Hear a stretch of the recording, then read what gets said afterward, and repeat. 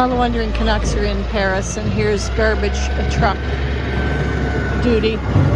We've shown you the garbage truck in the Bahamas. Make sure you watch that video.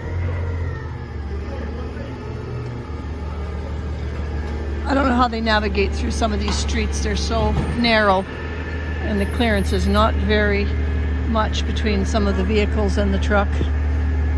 But they managed to do it. So I guess even Parisian sanitation workers cling on to the back of the truck as they do in Bahamas. There you go. Stay tuned for more videos. We're the Wandering Canucks.